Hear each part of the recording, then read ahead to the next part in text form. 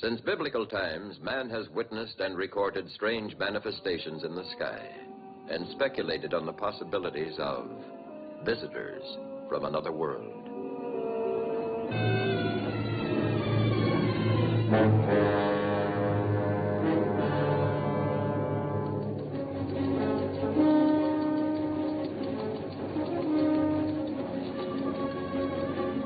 Today, from the skies of California, the fields of Kansas, the rice paddies of the Orient, the air lanes of the world, come persistent reports of UFOs, unidentified flying objects which we have come to know as flying saucers.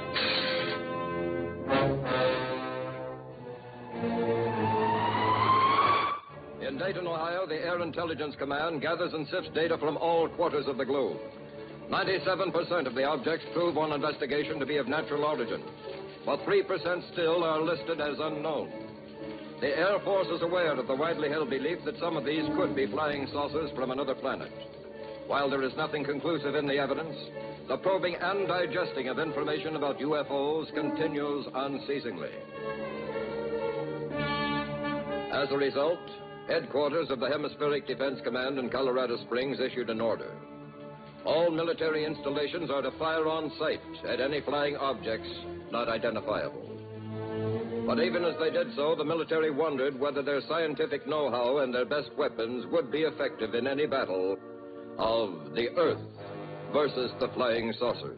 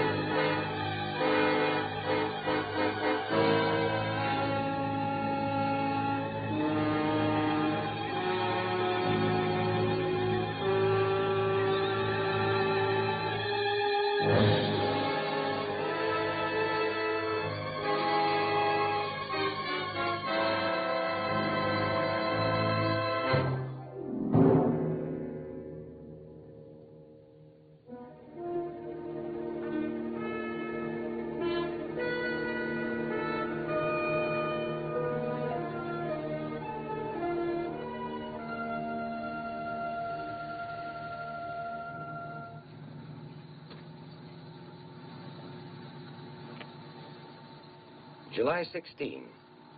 To Internal Security Commission, Ray Skyhook. Summary and progress report from Project Director Dr. Russell A. Marvin. And Mrs. Dr. Russell A. Marvin, without whose inspiration and untiring criticism, this report could never have been written. Married 2 hours, and already she's claiming community property.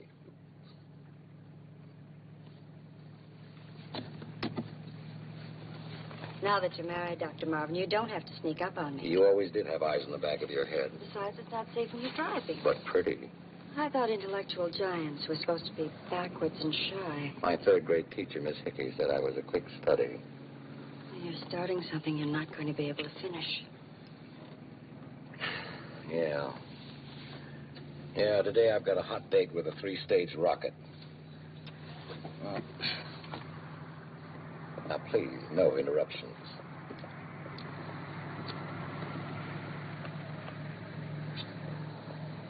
Because of recent scientific advances, it is now possible to realize an ancient dream, the exploration of outer space.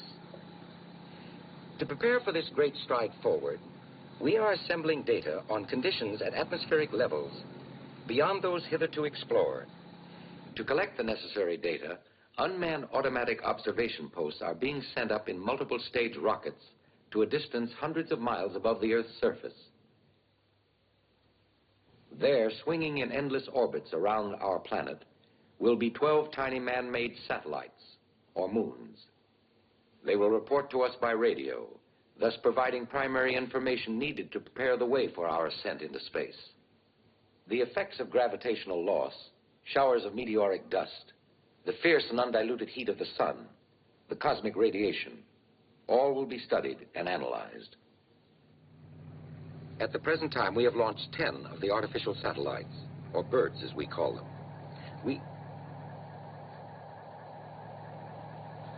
Do you hear something? Hear what? I don't hear. Shh, listen.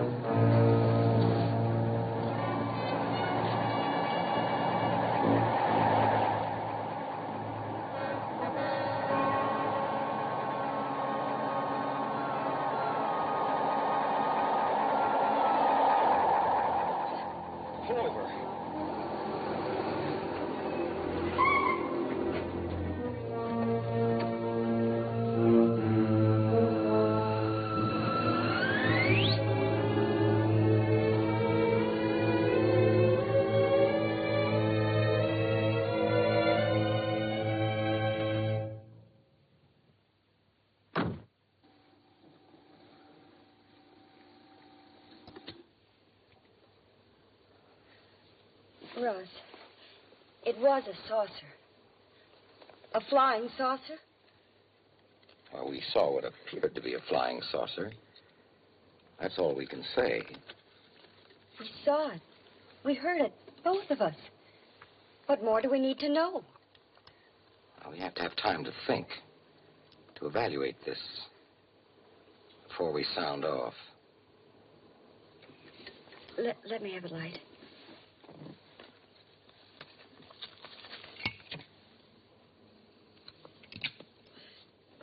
Of course, it wasn't a saucer at all. I had to shake like this all the time.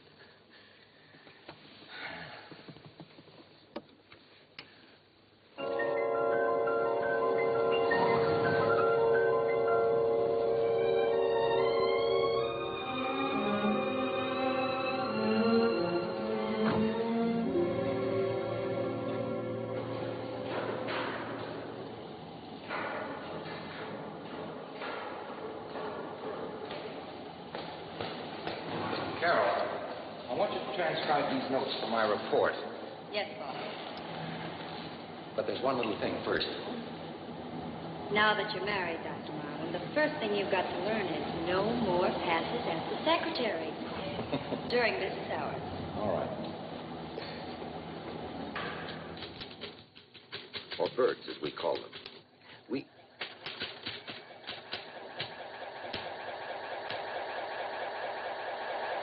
Russ. The saucer sound. It's on the tape. You forgot to turn it off. I remember now. I turned it off afterwards.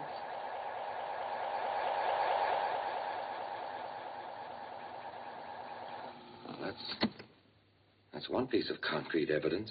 Rocket number 11 will be launched in 20 minutes. Oh, we'll leave it for now. Come on, we just got time to get to the bunker.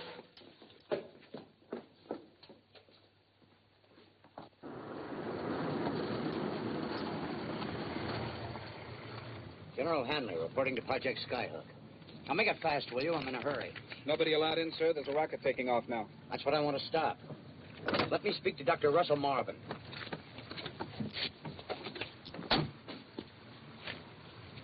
Westgate to bunker number 2. Dr. Marvin. Bunker number 2, Marvin speaking. This is the Westgate, sir. General Hanley wants you. Oh, put him on. Carol, it's your father. Calling from Panama?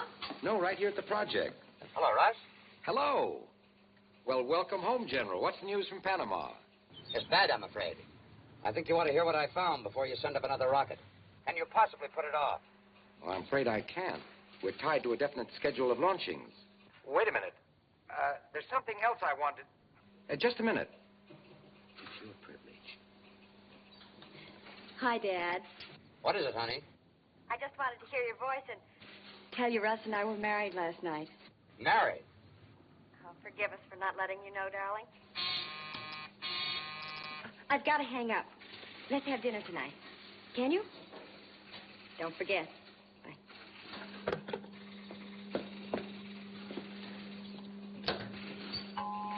$14, $13, $12, $11, $10, $9, $8, $7, $6, $5, $4, $3, $2, $1.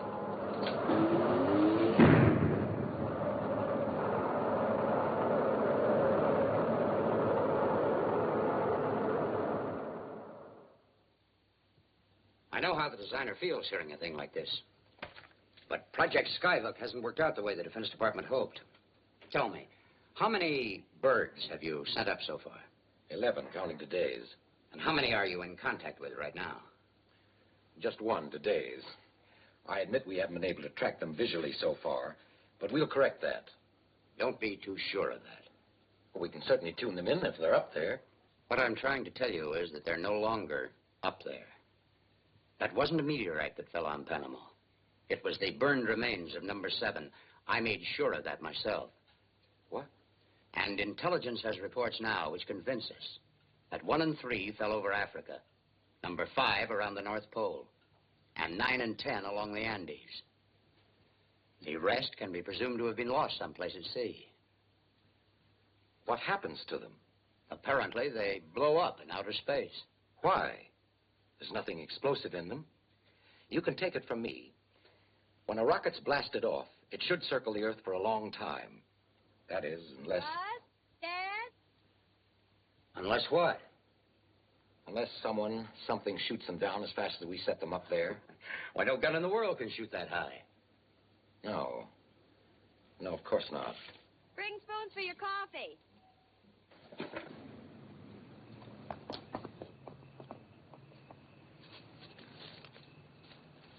Ah, my special barbecue. Mm-hmm. That's to make up for not telling you about our getting married. It was kind of sudden for us, too. Sodden? I've only been after him for a year. I don't need to tell you, both of you, how pleased I am. Well, I'm glad of that. I wouldn't like it very much if you weren't. Thank you. Russ, what were you driving at back there? About something shooting down one of the satellites. General, we saw a strange thing this afternoon. We saw what appeared to be a flying saucer. A flying saucer? It nearly ran into us. You're sure of it? Both Carol and I are subject to the same atmospheric disturbances that may have affected other observers. But there is a qualitative difference when you're a scientist. We do have one piece of supporting evidence. An accidental recording of the sounds it made. The tape is in the lab at the project. I'd like you to hear it tomorrow. You both saw this? Yes.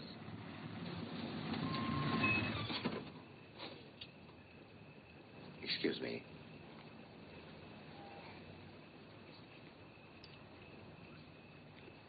Captain Holloway, sir. Will you stand here, please? Who's Holloway? He's on monitor duty this evening.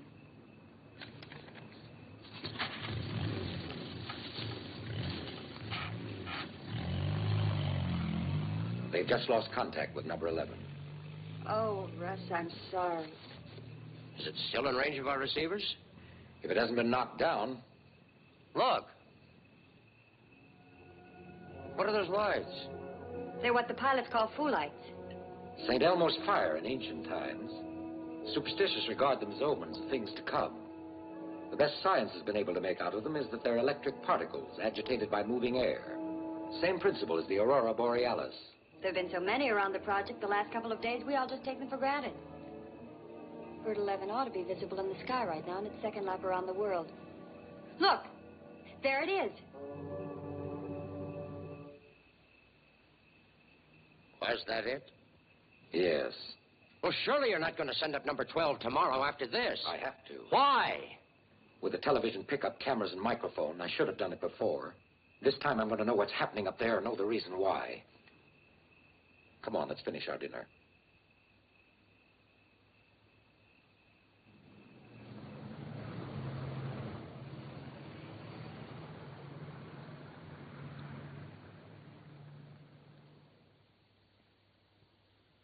Checking TV pickup.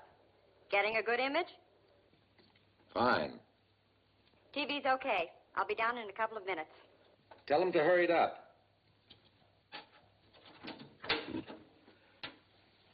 Say, do you notice anything different since you were here last? Soundproofing? That's right. You could fire a cannon off outside and you couldn't hear a thing down here. Number 12, okay for takeoff. Well, as an old rocket man from way back, I'd rather watch from ground level. Dr. Marvin. Dr. Marvin. Marvin here.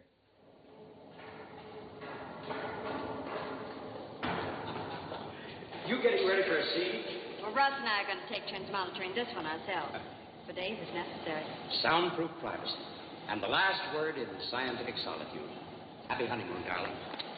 Thanks, Dad.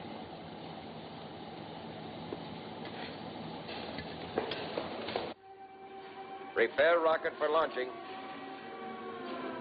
Prepare rocket for launching.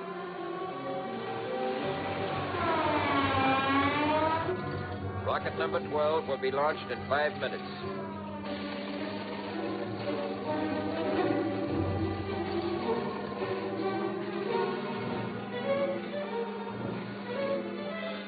Four minutes to zero.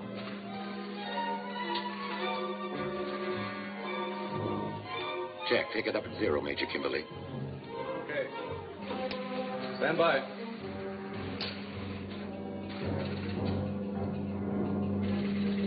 Observation Tower A, come in. Evans, radar to Tower A. Observation Tower A, Sergeant Nash. UFO due west, approaching fast. What does it look like? Can't tell yet. I'll call when I get a better reading on my scope. Do that. As you were, Sergeant. Unidentified flying object reported due west, sir. Probably a buzzer. Sergeant Nash, Observation Tower A. What?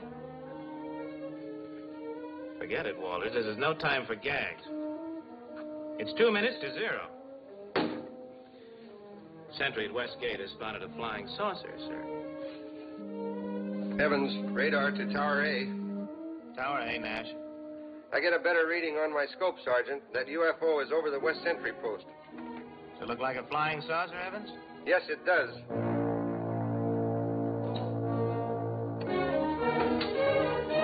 Skyhook control to approaching object.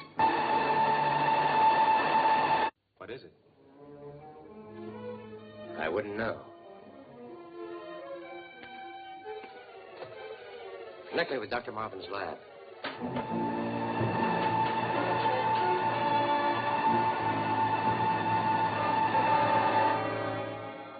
Line's dead.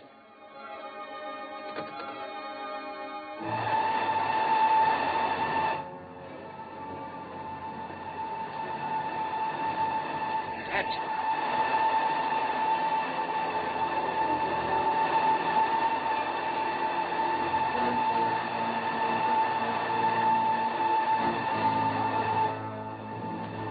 Land.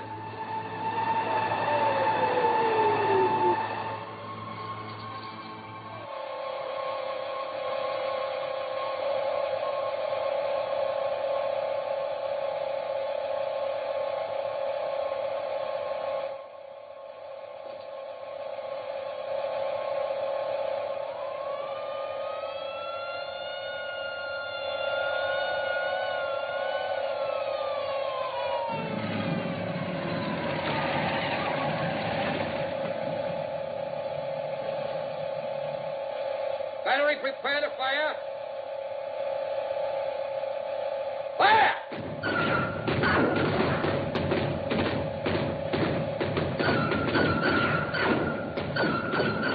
They set up an electronic screen. The artillery doesn't penetrate.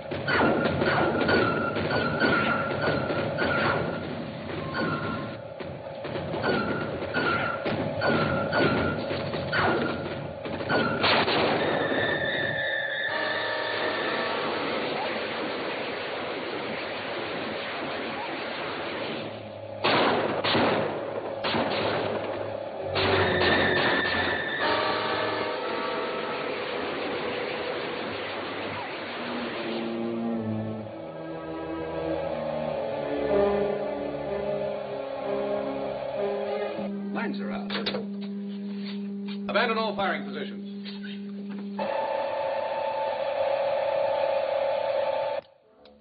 Mike's gone dead. Try the phone.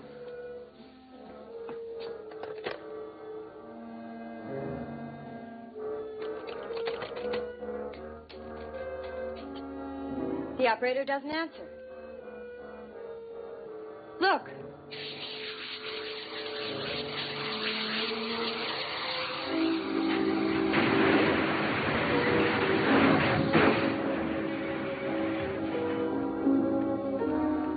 What's happening?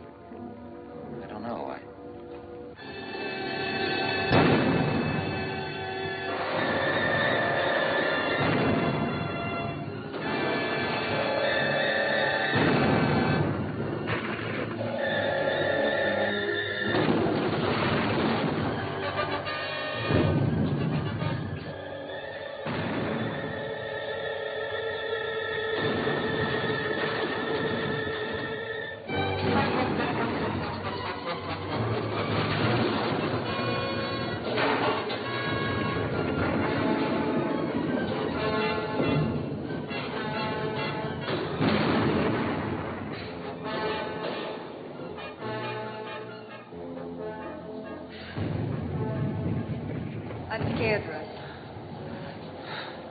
They'll dig us out.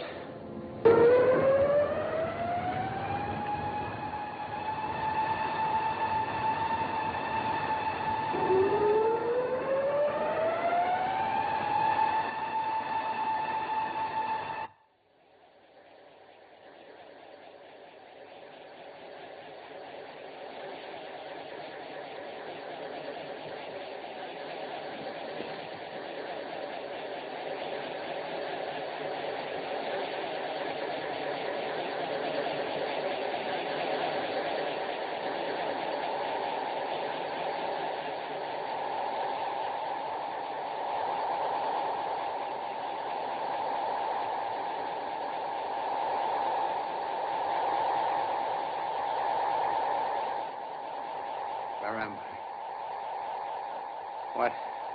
We are speaking to you through the translating device above your head.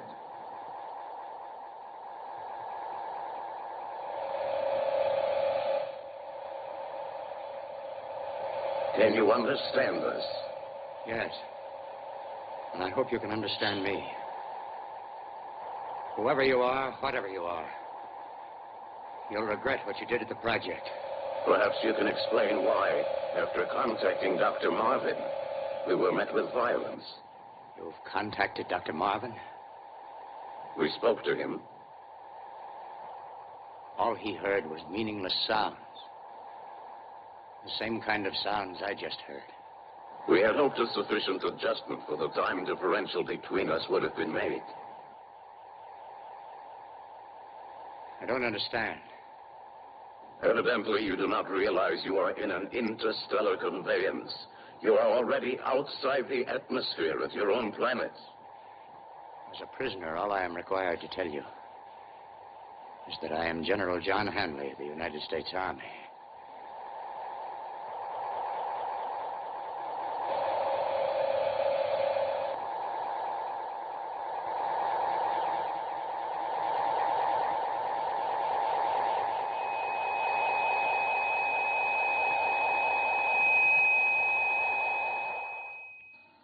These are all the facts leading up to the rocket explosion at Operation Skyhook. To the best of our knowledge, my wife and I are the only ones left alive, since we have not seen or heard anyone for hours. The air is becoming toxic. In the event of our death, this report, together with the recording of the saucer sounds on this tape, constitute all the data we have. The batteries are failing. The recorder's not running up to speed. This is Dr. Russell A. Marvin.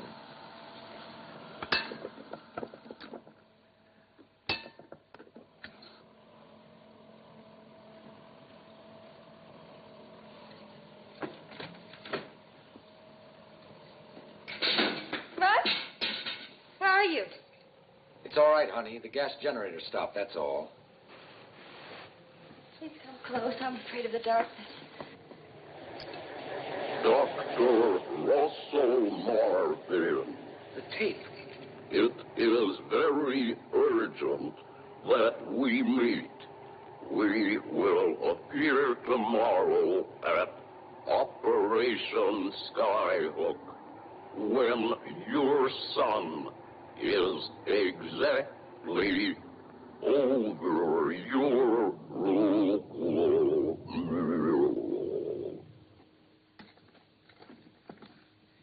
That's the sound of the saucer we heard on the tape. The message was sent at an accelerated speed, so it just sounded like gibberish to us. When the batteries died, the tape slowed down, and the voice became clear.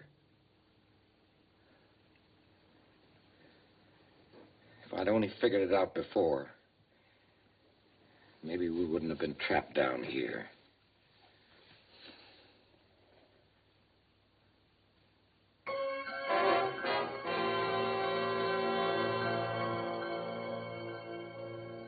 What had stuffed out hundreds of lives and leveled an installation worth millions of dollars? An aroused public demanded an answer, and the federal government dedicated the strength of all its branches to the task of finding one. However, when Dr. Marvin and his wife were rescued, The answer was to be found in the experience of the only two human survivors and in a reel of tape recording they carried to Washington, D.C. and the Pentagon.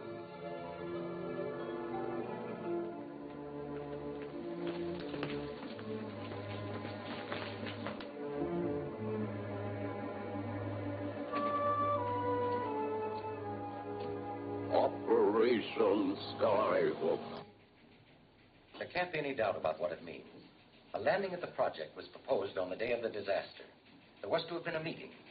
If I couldn't keep the appointment, a message was to be sent on a designated wavelength by ordinary shortwave transmission. Does anyone want to have the recording played again? You've heard it a dozen times.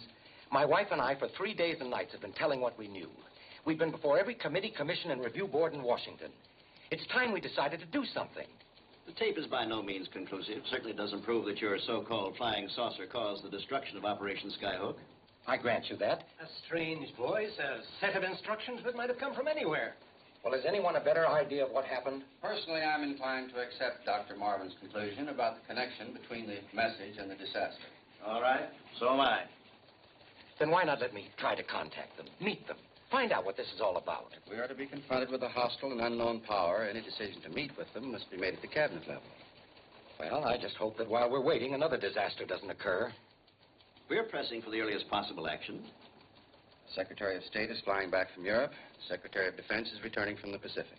If a meeting could be arranged in the meantime, the only risk would be to me. I feel personally responsible for what happened. I was in charge. Hundreds of lives were lost. My own wife's father. If I had the authority, I'd grant it to you, but we will have to wait. But I promise you that we will recommend that you be authorized to make radio contact and meet with whoever they are. Are we through for the night? Yes. But we are going to ask you to remain at your hotel. You mean I'm under detention? May be needed at any time. Major Hudlin is assigned as your liaison. Good night. Good night. Dr. Marvin, I don't like this watchdog routine any better than you do. I'm under orders. I have a job to do. We're both on the same side. I'm sorry. I'm just tired and worried. I know. Well, you were in there. You heard both sides. Who do you agree with? I agree with you as far as the urgency is concerned, but they're right, too. They're responsible to a chain of command. They have to be careful. And this thing may be too big to allow for mistakes.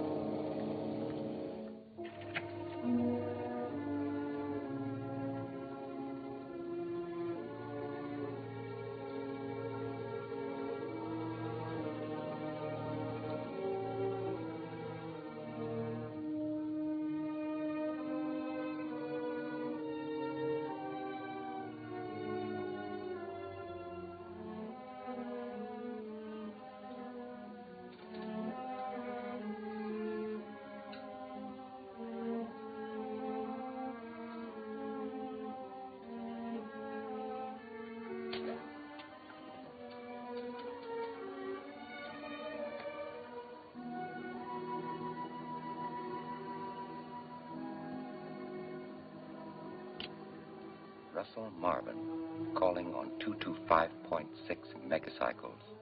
Over.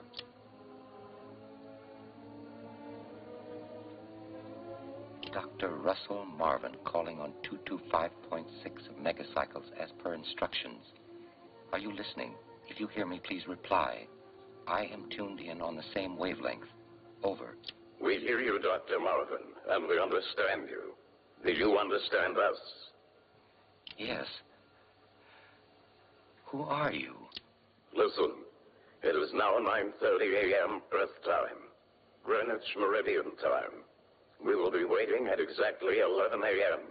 at the shore of the Chesapeake Bay where the North Beach Road reaches the sea. Do not raise an alarm, and keep this appointment. Listen to me. I can't keep the appointment. I'm under orders.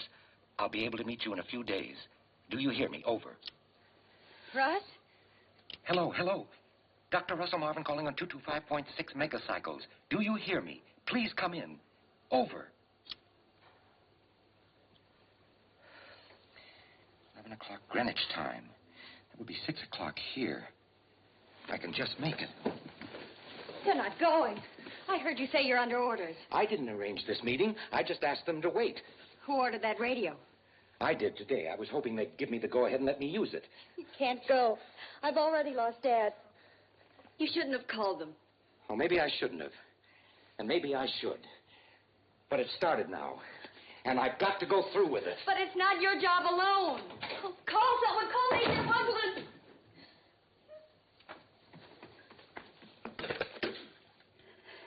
Room 312. Major Hugland, hurry, please.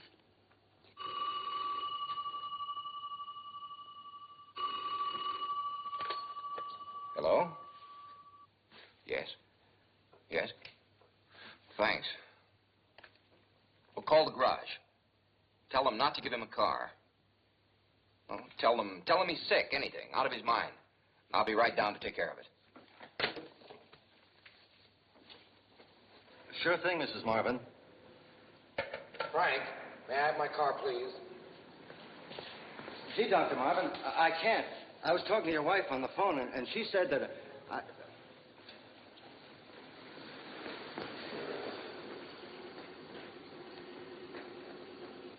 But, Dr. Marvin, I can't let you have the car. Get out of my way, Frank. Please, Dr. Marvin, I don't want to lose my job.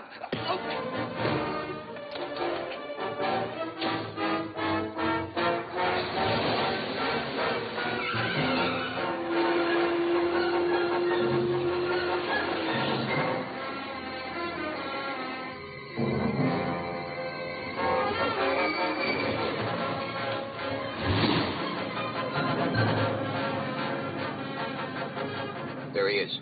See if you can get him on the radio. Hello, Russ. This is Carol. Russ, come in. You won't answer me. Wait for us, Russ. Major Hugland and I want to talk to you.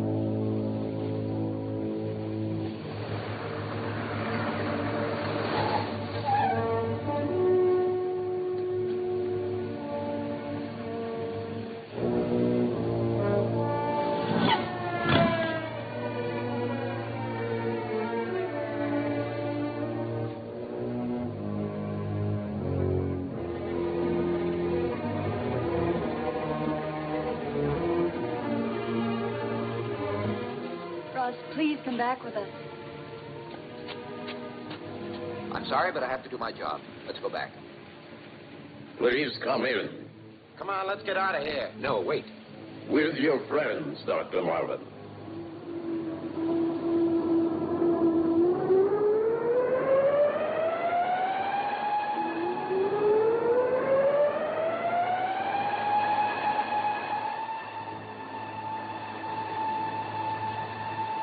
I'm coming with you.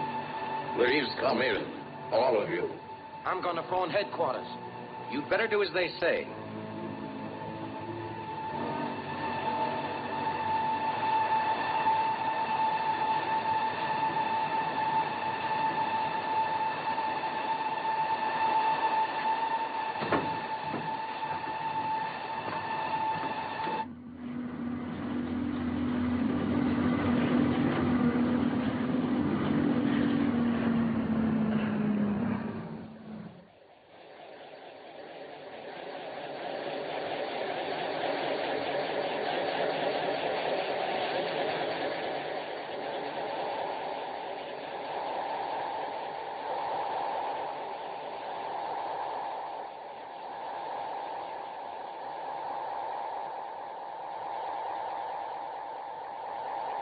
must be thousands of miles away from the Earth. And in a matter of seconds. You are many miles away from your planets, but not in a matter of seconds.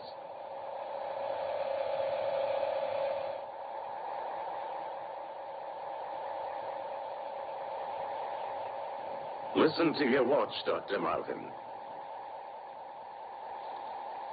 Stopped. It's supposed to be anti-magnetic. We generate a magnetic field stronger than the gravitational field on your Earth. This is the principle by which we move through space. We have adjusted the magnetic field to compensate for the normal loss of gravitational effect and atmospheric pressure. But your watch hasn't stopped. Feel your pulse. I haven't any. Neither have I. We operate in a very different time reference. You might say all this is happening between the ticks of your watch or the beats of your heart. And that's why we couldn't decipher your message till it was too late. It made it necessary for us to defend ourselves at Skyhook. Then you shot down our 11 rockets. Why? At that time, we had no way of knowing they were only primitive observation posts. We thought they might be weapons directed against us. Who are you? Where are you from? Because of your leadership in exploring the field of outer space, we felt you could best understand that we are the survivors of a disintegrated solar system. At this moment, the remainder of our fleet is circling your globe.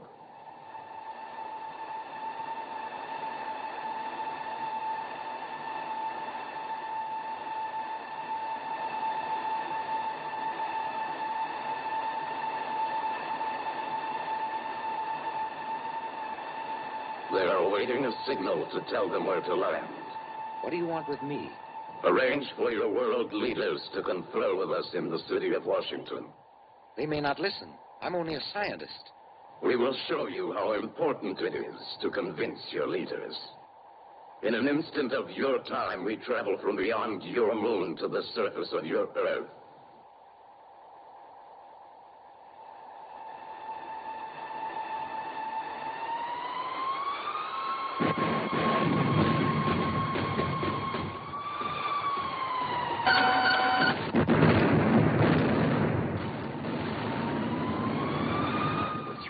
Men on that ship.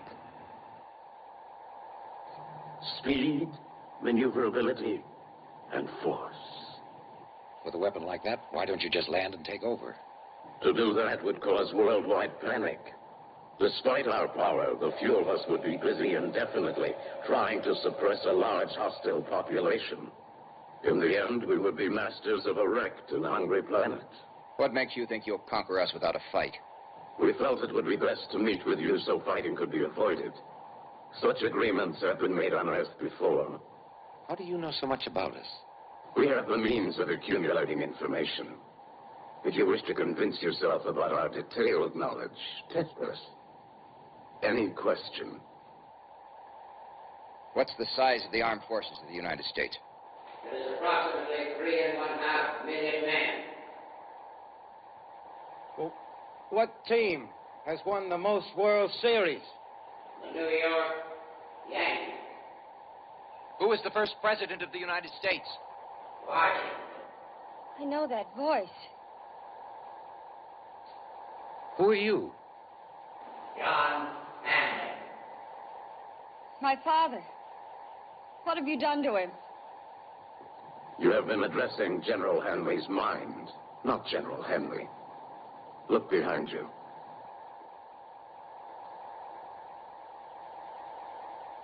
Dad. He will not recognize you. He has been subjected to a machine we call an infinitely indexed memory bank. We have transferred all knowledge from his brain to our machine. Thus, we have available and readily accessible his total experience. We can do this to as many as we like and learn whatever we must know. Oh, stop it. Please stop it. Put that gun away. Don't look at that.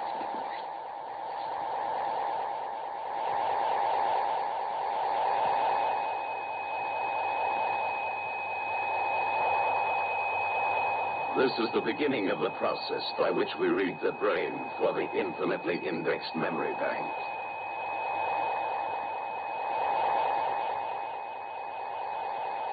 What have you done with my father? We will return him to you eventually. And the police officer, too.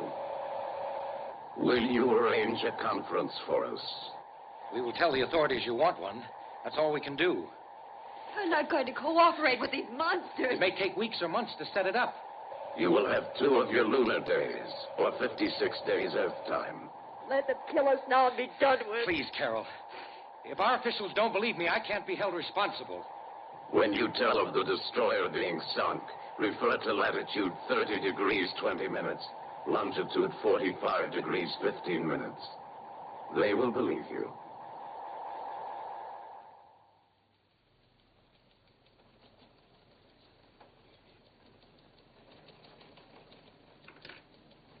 Well, suppose Major Hugland, my wife, myself, were all hysterical, or hypnotized, or whatever you're thinking. That we never saw what these fiends did to General Hanley or the police officer. How do you explain the destroyer? There's word that the Atlantic Fleet has lost contact with a vessel in the area, but there's no confirmation of a sinking. However, we're continuing to check. You realize, of course, your contacting the saucer in the first place violated our instructions. This itself may have placed the safety of the entire country in jeopardy. Now that the damage is done, and assuming your story is verified, are you proposing that we meet with these creatures and yield to their demands? And why Washington? If they want to parley with the whole world, why do they choose the capital of the United States? They appear to be realists, and Washington is one of the centers of political power. What about our atomic and hydrogen weapons? Wouldn't they be effective against these saucers? I'd like to answer that question, sir, if I may. Our atomic weapons might be effective if we could deliver them. But to use nuclear power when they land would destroy our own cities. And then we don't know whether they are vulnerable or not. In answer to your question, Mr. Cassidy, I've learned a little about their mode of operation. And I've got an idea for a new kind of weapon. It's only a guess, of course. A new weapon in less than 56 days? I have an idea for an ultrasonic gun. With enough scientific and engineering help, we could construct a working model in a very short time. Maybe it'll work. If not, we'll know soon enough. And in the meantime, you'll be working on every other means of defense. We have no choice but to use every conceivable weapon if they land. Gentlemen, please. The destroyer Franklin Edison was sunk at latitude 30 degrees 20 minutes, longitude 45 degrees 15 minutes, at approximately 0600. We are expected at the White House in an hour for a policy decision that will probably involve not only our own country, but the entire world. Whatever the decisions, you may be certain that you'll be given every assistance in testing your theory. I suggest you start to work right away. Major Hugland will make arrangements for whatever facilities you may require. Thank you.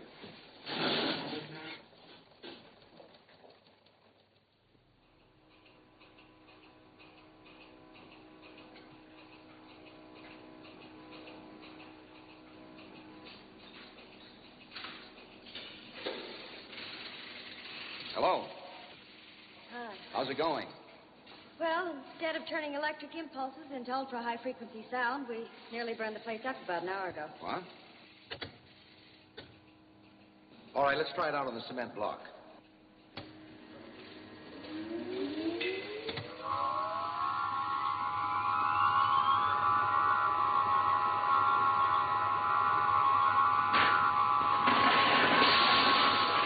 All the way.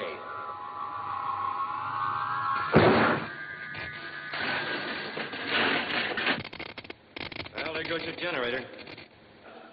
But it worked for us. It worked, didn't it? We know what hit Skyhook. What? Sound. Sound. Well, having 2 small boys around the house, I know that noise doesn't do a man much good, but burn him up, knock his house down? Well, the sound I had in mind was of a higher wave frequency than we've ever been able to produce. Then you mean we've got the weapon? No, I'm afraid not. With the best materials and circuits available, all we've succeeded in doing is pulverizing the end of a cement block. The theory is beautiful. We don't have the tools and the materials to make it work. Maybe in 10 years, 5, even 2. How many days left? 27. Russ, remember that report from Dr. Patek in New Delhi? He suggested a different approach.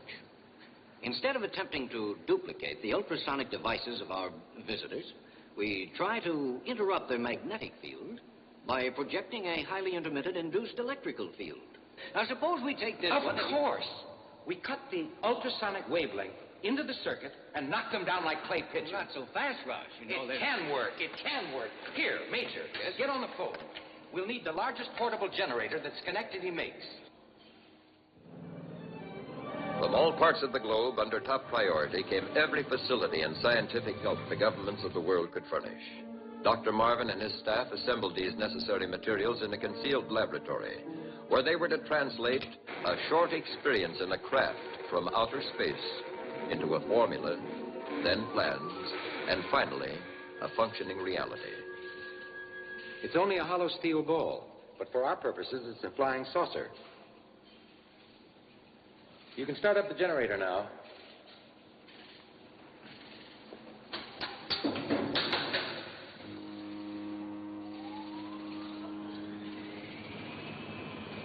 The magnet does that, doesn't it?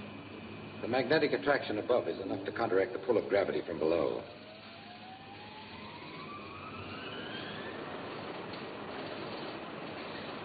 Go ahead. It was your idea. You be the first to try it. My idea, nonsense. It was just as much yours and Dr. Paddock's in India and a dozen other scientists all over the world. Come on.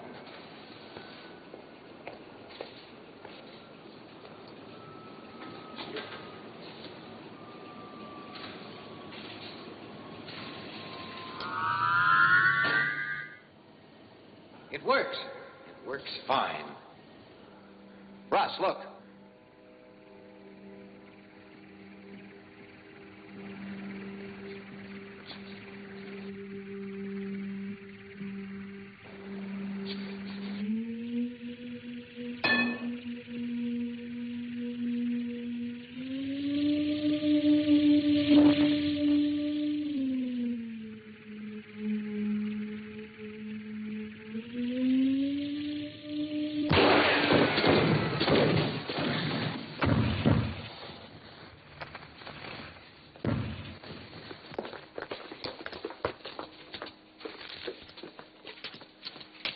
What was it?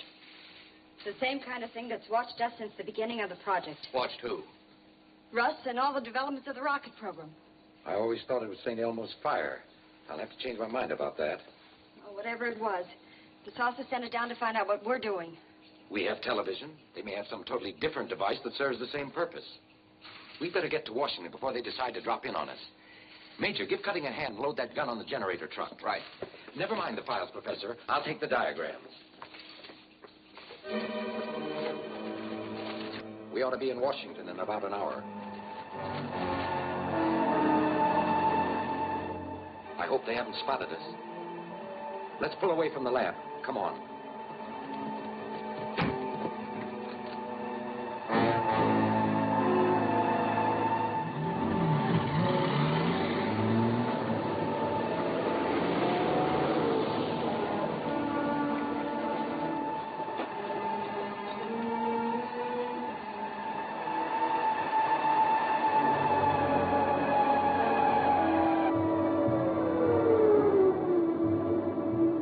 Saucer stays in firing range, we may be able to give the gun its first real test.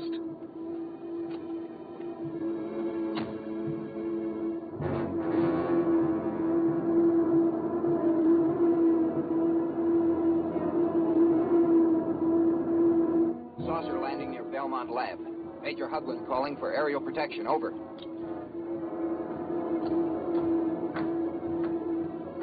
They're sending a bomber. We ought to go on with those diagrams as quickly as we can. I'll get them from Russ. I'll go with you. Fire up the generator. We're going to see if this gun really works.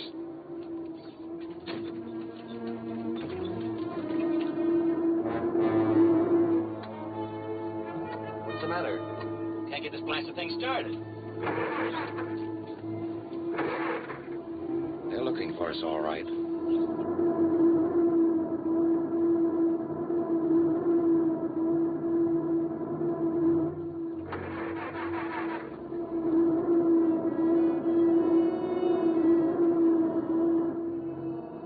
Getting you and the plans to Washington is more important than anything else. Right. She's right. If this machine works, it hardly doesn't make any difference.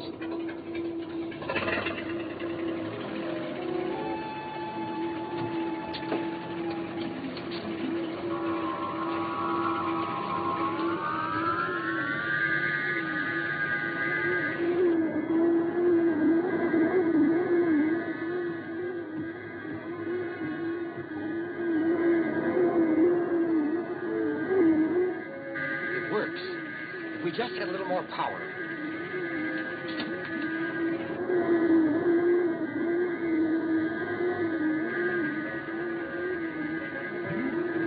Russ, let's go, please. Before it's too late.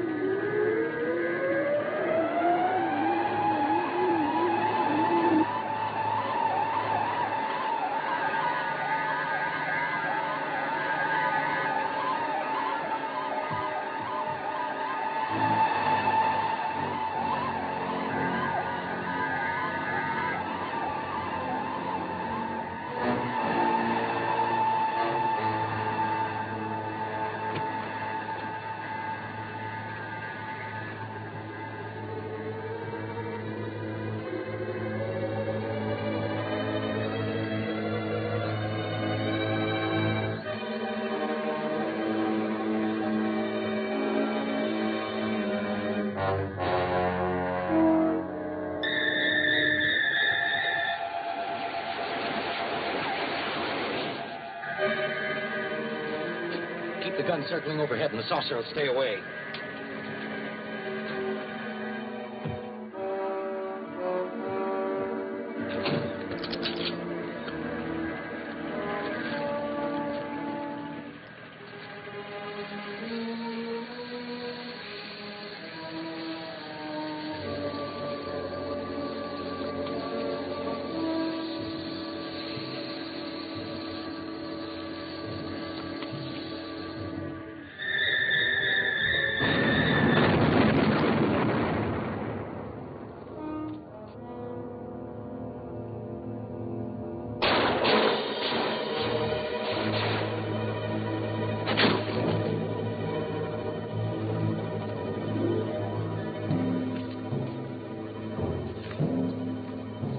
Be careful. I think it's dead.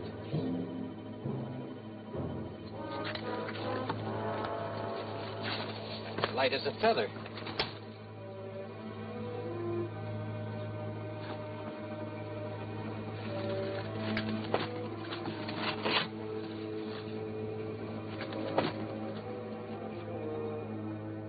Humanoid and ancient. These suits must serve as an electronic and mechanical outer skin, take the place of their atrophied flesh and muscles.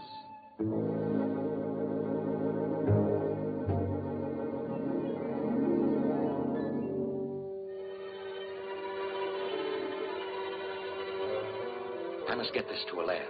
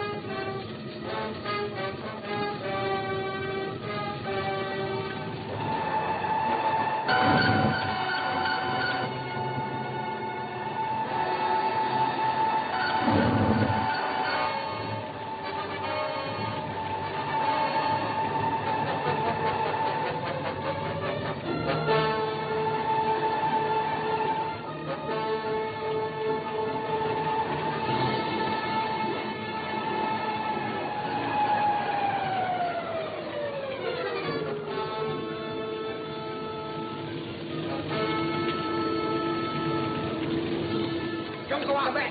Don't go out there!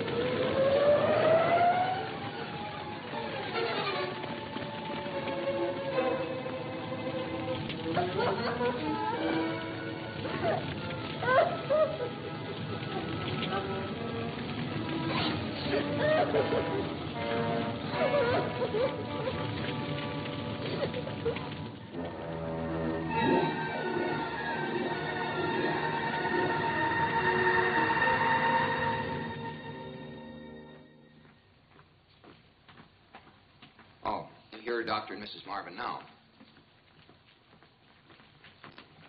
Carol, Russ, we've been waiting for you. Thanks. This is Dr. Alberts. How do you do? You know General Edmonds, Yes, Admiral of course. Enright. Certainly. And Mrs. Marvin is General Hanley's daughter. Mrs. Marvin? Your father's death was a great loss to all of us. Thank you. Well, I see you've been busy. Oh, we've been doing a little work. Here, let me show you. It didn't take too long to break this thing down. These helmets have a language translating device in them. Mrs. Marvin, would you say something into the microphone?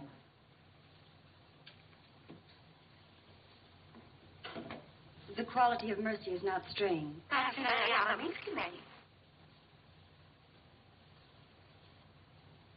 It droppeth as the gentle rain from heaven.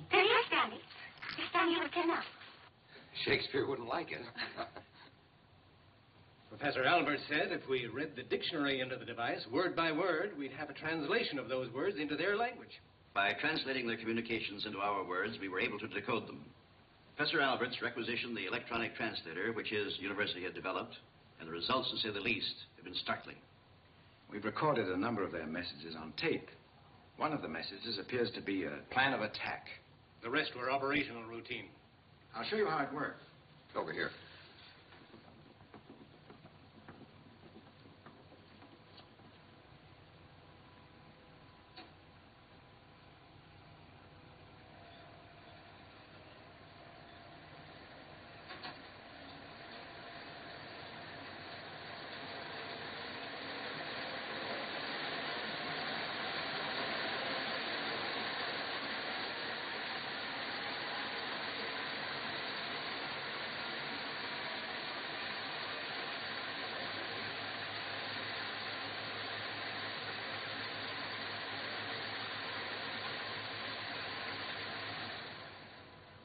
We can expect trouble when Mercury is in perihelion.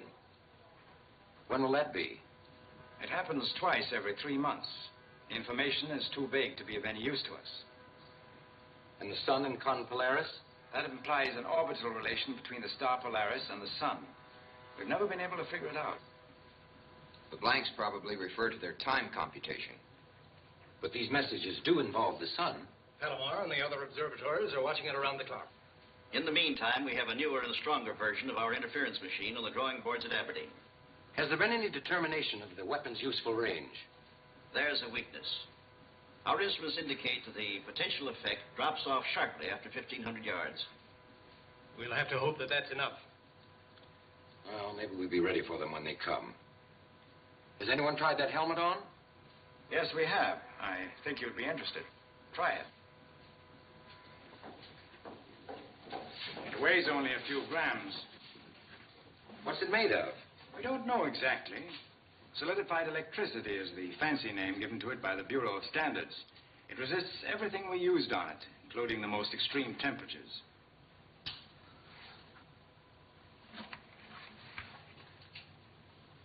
It makes me Superman, for one thing. Yes, we know. I have a peculiar range of vision.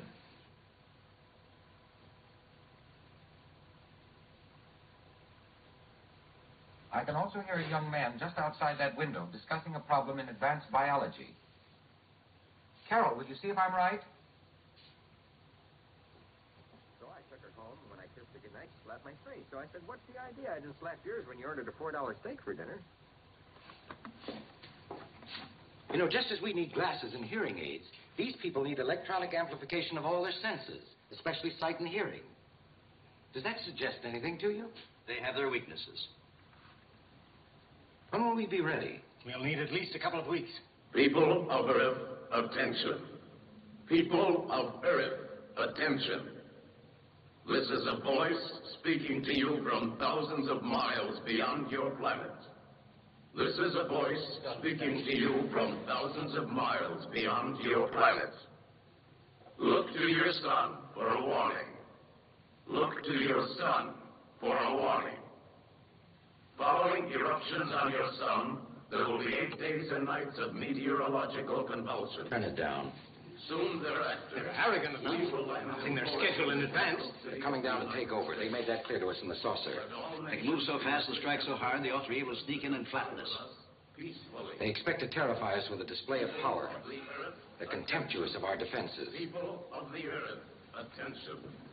This is a voice speaking to you from thousands If I'm right, they'll sail into Washington in broad daylight. They expect us to capitulate when they land. Speaking to you from thousands of miles beyond your planet. People of Earth, attention. People of Earth, attention. This is a voice speaking to you from thousands of miles beyond your planet. This is a voice speaking to you from thousands of miles beyond your planet. Look to your sun for a warning. Look to your sun. It's coming over everywhere.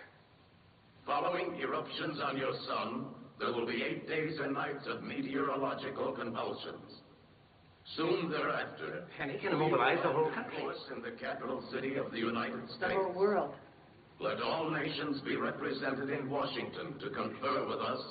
Nuestros jueces, antes de ver en la capital de los Estados Unidos, del Guapo Plato de Washington. La crise humide passe planète. Dans la capitale des États-Unis d'Amérique, siamo rappresentati in Washington per Todos los naciones del mundo se reúnen en Washington. People of Earth, attention. In every country of the world, in every language, every means of electronic communication was jammed with the message. The warning was dinned into the ears of the Earth's population unceasingly for 12 hours. And after the 12th hour, silence. Then, a tremendous explosion on the surface of the sun.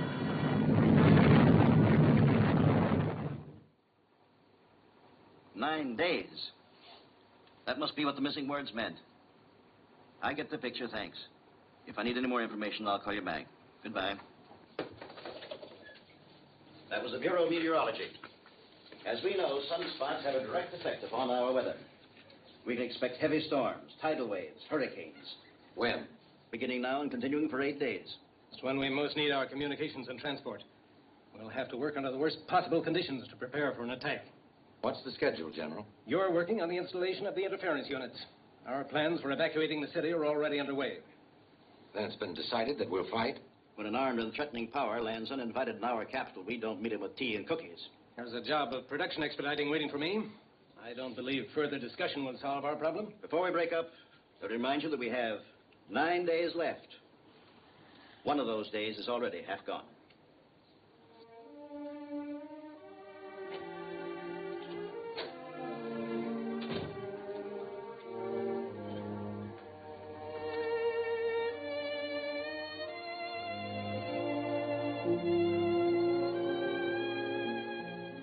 What a nice going away present. You might call it that. Is my bag packed? Mm-hmm. Mine too. What time do we leave? I have to leave right now. I'm going to Aberdeen to supervise the interference project. So that wasn't a hello kiss at all. It was goodbye. For a little while. You're going to have to leave town. They're evacuating Washington. Where am I going? Palm Springs. Remember the place I told you about? Mm-hmm. We were going there together. I know. Your plane leaves tonight. Russ, let me stay. Maybe I can help. There's nothing more you can do. Here's your ticket. You will arrive before the bad weather sets in. And I'll be there soon.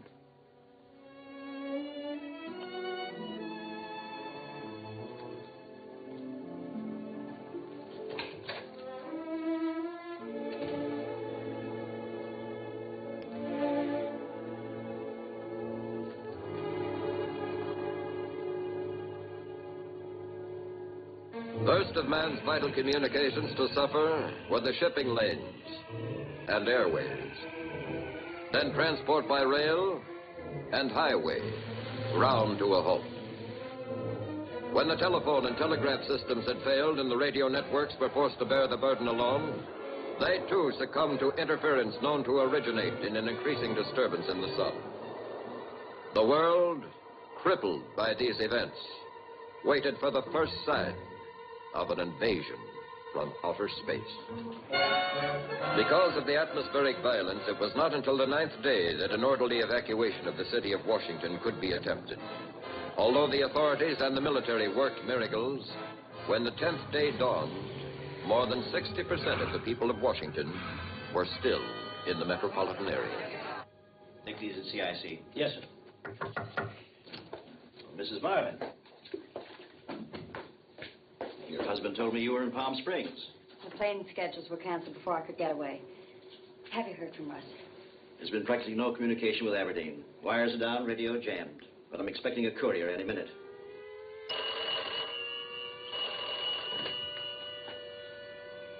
A red alert.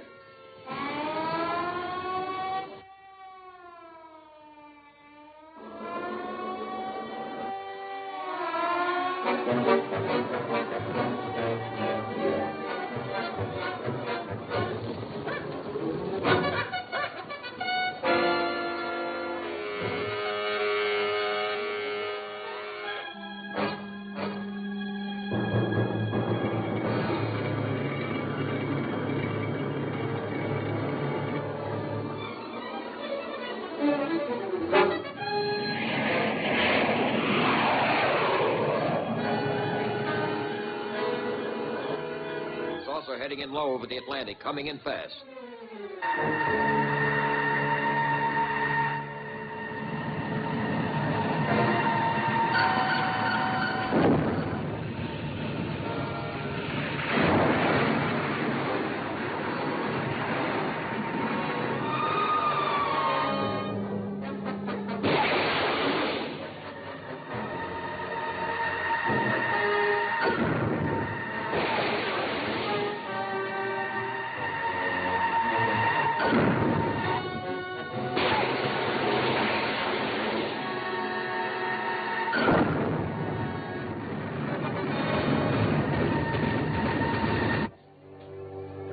Defenses. Ground all aircraft. They'll be overhead any minute. You better get down to the shelter.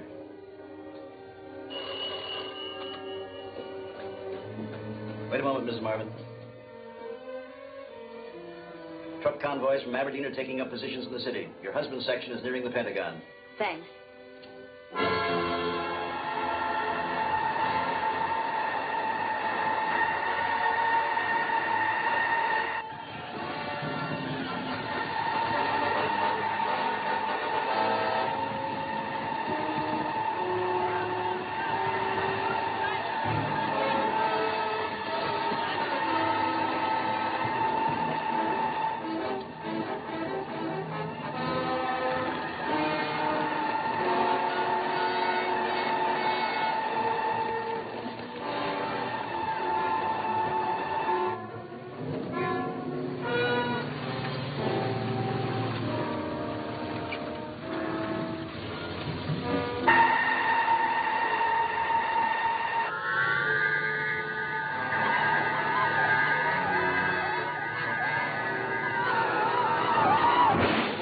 GHQ. The saucer hit them down in the Potomac.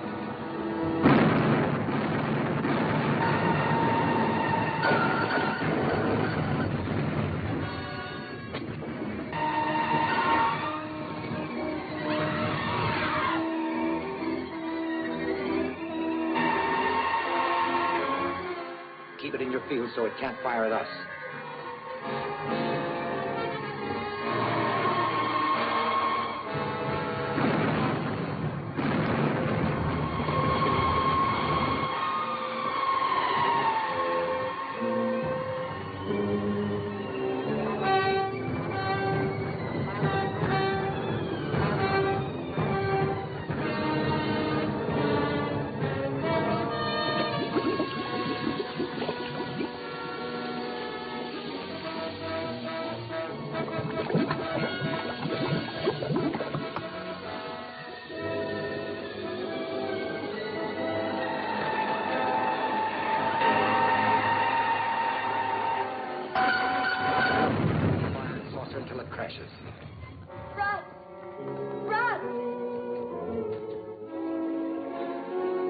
Carol, I thought you'd gone to... GHQ calling all HF units. GHQ calling all HF units. Saucer hovering vicinity, White House and Capitol.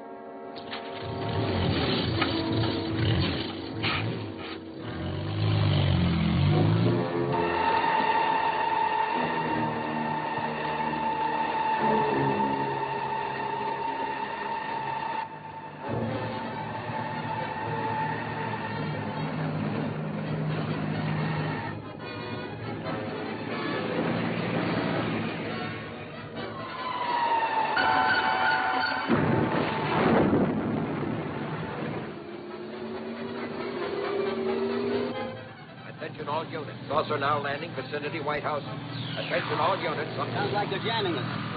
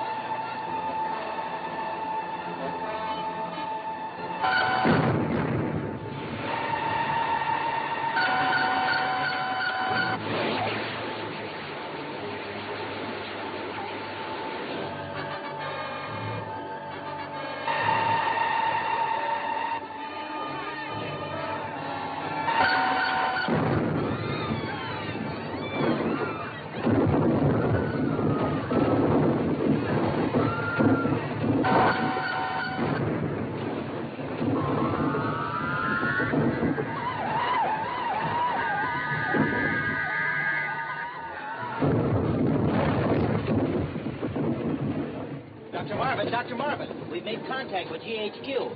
GHQ to all HF units, attention. Saucer has landed in front of Capitol Building. All HF units, attention. GHQ to all HF units.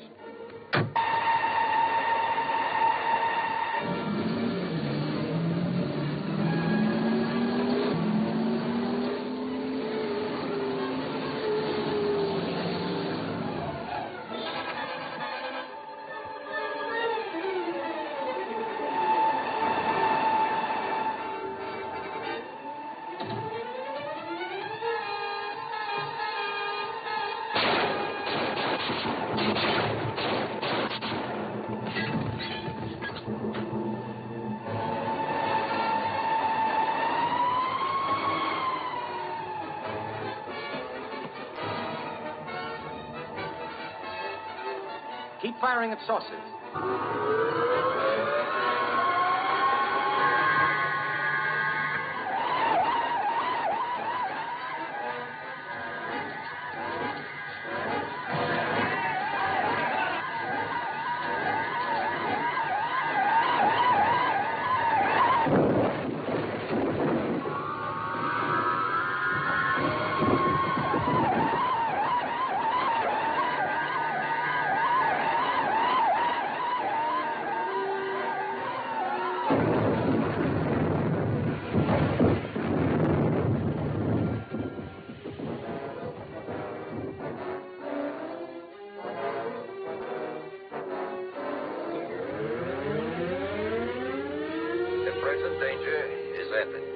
The present danger is ended.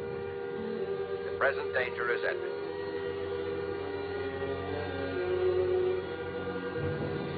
The present danger is ended. All units report to your commanders for further orders. The present danger is ended.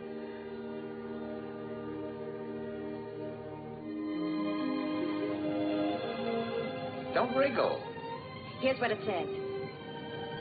The President has ordered Project Skyhook rebuilt, and the space exploration program continued under the direction of Dr. Russell A. Marvin. The United Nations Assembly voted unanimously today to award a gold medal to Dr. Marvin. And to Mrs. Marvin goes a gold medal from Dr. Marvin for her love, courage, devotion, etc., etc., etc.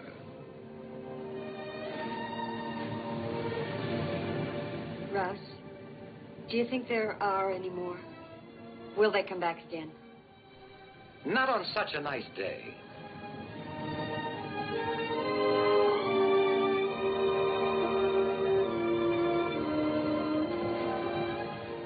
And not to such a nice world. I'm glad it's still here. And still ours.